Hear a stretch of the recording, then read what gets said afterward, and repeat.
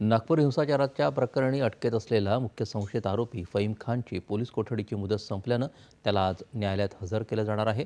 त्याच्यावर दंगेखोरांना एकत्र करून हिंसा पसरवण्याचा आरोप आहे. नागपूरमध्ये परिस्थिती नियंत्रणात असून काही ठिकाणाहून संचारबंदी हटवली आहे.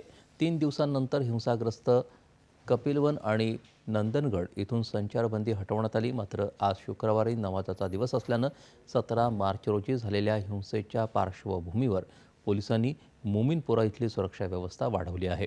दरम्यान सायबर सेलनं अफवा पसरवणं आणि हिंसा वाढवण्याच्या आरोपात 34 समाज माध्यमांवर कारवाई करत 10 आरोपपत्र दाखल केले आहेत. तसंच या प्रकरणी बांगलादेशी सहभाग असल्याची शंका पोलिसांनी वर्तवली आहे.